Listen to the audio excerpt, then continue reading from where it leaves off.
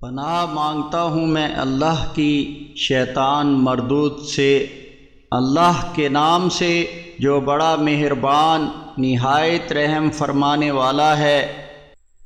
کیا تم نے ان لوگوں کو نہیں دیکھا جنہیں کتاب میں سے کچھ حصہ دیا گیا ہے؟ وہ جبت اور طاغوت پر ایمان رکھتے ہیں اور کفار کے بارے میں کہتے ہیں کہ یہ ان اہل ایمان کی نسبت زیادہ ہدایت کے راستے پر ہیں۔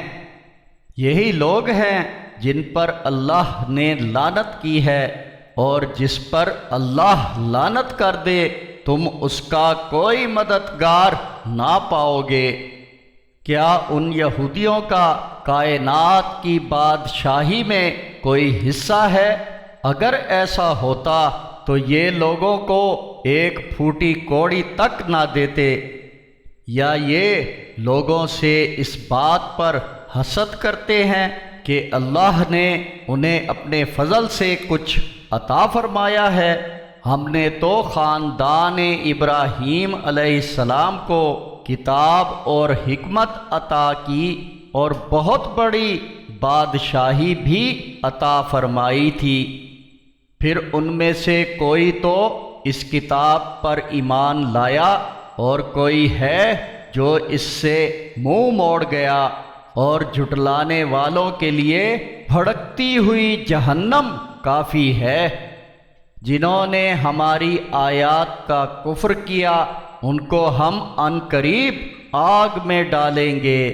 جب ان کی کھالیں جل جائیں گی تو ان کو ہم دوسری کھالوں سے بدل دیں گے تاکہ عذاب کا مزہ چکھتے رہیں۔ بے شک اللہ غالب ہے، حکمت والا ہے۔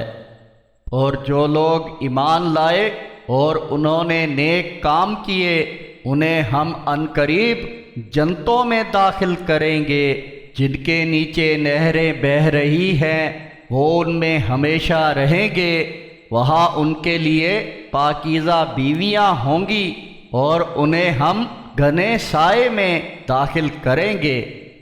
اللہ تمہیں حکم دیتا ہے کہ امانتیں ان کے حقداروں کو پہنچا دیا کرو، اور جب بھی لوگوں میں فیصلہ کرو تو انصاف کے ساتھ کرو۔ اللہ تمہیں بہترین نصیحت کرتا ہے۔ یقیناً اللہ خوب سننے والا، دیکھنے والا ہے۔ اے ایمان والو، اطاعت کرو اللہ کی اور اطاعت کرو رسول کی، اور تم میں سے جو اصحاب امر ہو ان کی۔ پھر اگر تم میں کسی معاملے میں اختلاف ہو تو اس کو اللہ اور رسول کی طرف لوٹاؤ۔